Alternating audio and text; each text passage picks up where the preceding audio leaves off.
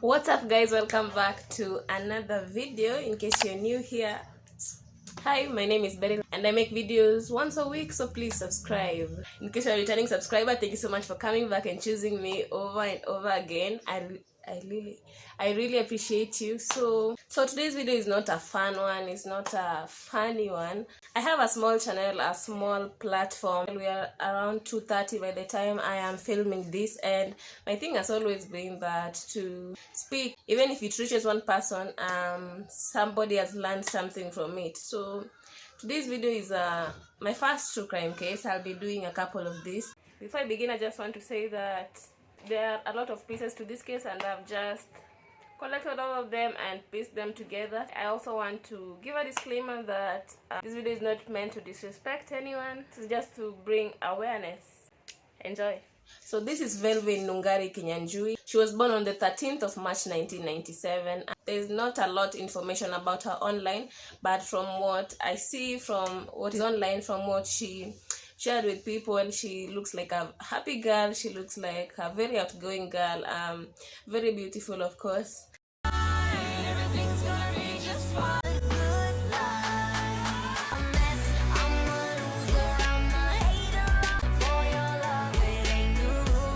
The thing about her to me is that she seems like somebody I know. Girl next door type, like somebody you'd probably have on your WhatsApp.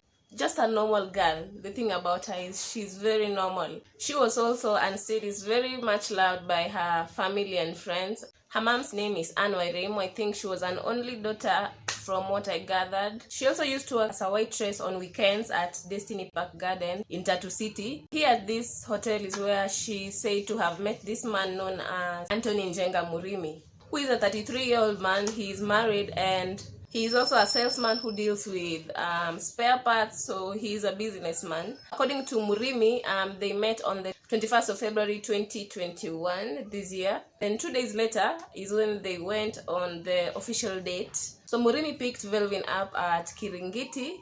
Then they went to Key West restaurant in Kahawa West for drinks and food. Then they went to another restaurant at Kijito along Kamiti Road, and then to the Synod Hotel. Now, let's pause there. One thing about Velvine is that she was a Snapchat lover. She used to take a lot of pictures. So throughout this day now, on the 23rd of February, she snapped a lot of things, sending to her friends. She snapped the alcohol they were drinking. She snapped even the man himself. She snapped the man and sent to her friends, which was a good thing that I think really helped this case, because her friends knew who she was with now. So at around 7:57 p.m, Velvine called using another number, not her usual number. She asked the friend Mudhoni to join her at Kahawa West, and the friend declined because it was late. So the friend advised Velvine to get home safe and call her. But before she hung up, she told the friend that if anything happens to me, call this number. If I don't show up, call this number. So I don't know if she already knew she was in danger, but yeah, that is what she told the friend, which is very questionable. On that night, she did not make it home, which was very unusual of her, according to the friend. Now back to the date with Anthony Murimi now.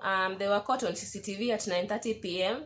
at the lobby of Synod Hotel. I think they were waiting to be served. Captured by CCTV at the lobby of this hotel at 9:30 p.m. on the 23rd of February, Velvine and Murimi are seen together. They were here to book a room, according to the hotel management. The duo, who seem to know each other well, are seen standing close to one another as the attendant left her station. Before their display of affection at the lobby, and according to the receptionist, they did not order anything except for samosas. They had brought their own drink, alcohol, I think. From here is when everything went left, and there are two accounts of this story, and I'm not sure. I will tell you both so you can believe whichever you want to believe, but I think the truth will eventually come out, I hope.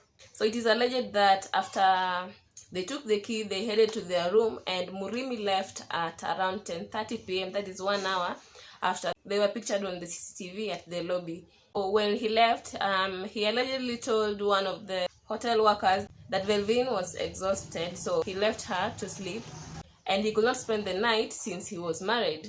The first account is that he left at 10:30, although there are hotel workers who claim he left in the morning, not at 10:30 p.m.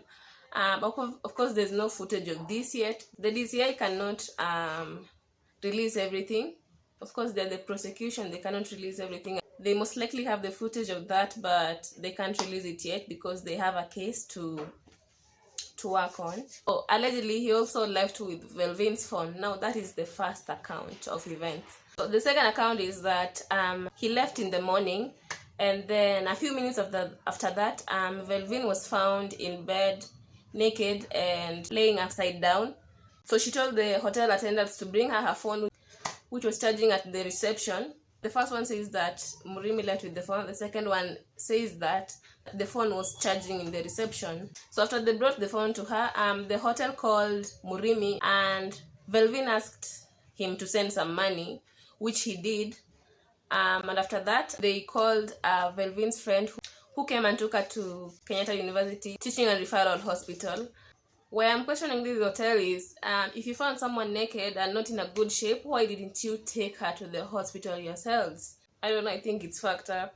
To the hospital now, she was being treated for spine complications and cervical fractures. The friends did report the incident to the police, and Murimi was arrested and charged with rape. Thereafter, he was released and on 100,000 Kenya shillings cash bail. That is, if you're not from Kenya, that is $1,000. Which, if this person is suspected to have raped a girl, aren't the other girls in danger? Like, why capture someone, arrest someone of rape, and then release them? And there are a million of girls out here. Don't you think that he will do the same? That is really frustrating, first of all. So, of course, Velvine was interviewed because she was receiving treatment at Kenyatta University Hospital. She was interviewed, and according to her, she did not remember anything from when they had lunch earlier that day. She did not remember anything until 5 a.m. when she found herself naked in bed now. So, was she drugged? I think that is a question that we still don't have the answer to.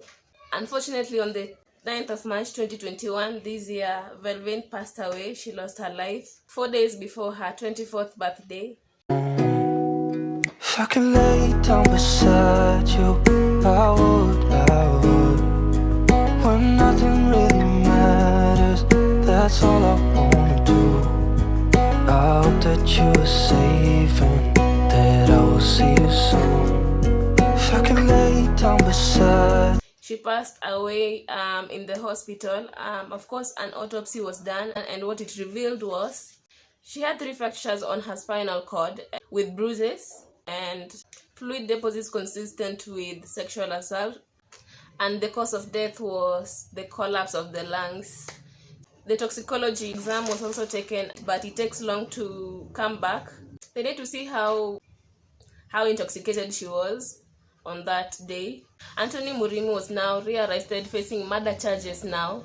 The latest update on this case is now that homicide detectives now believe that Velvine was assaulted by more than one person, and there are more people of interest, so I think they are talking to more people.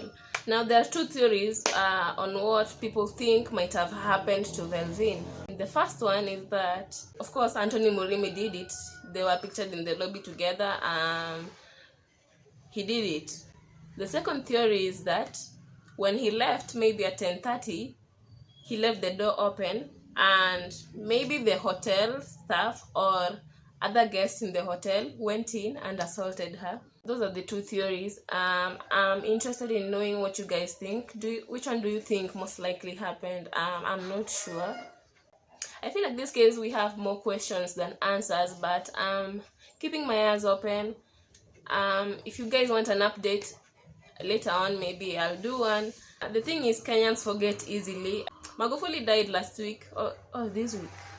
Magufuli died very recently, and already we are forgetting it. This girl, she died. People were outraged on Twitter, on social media.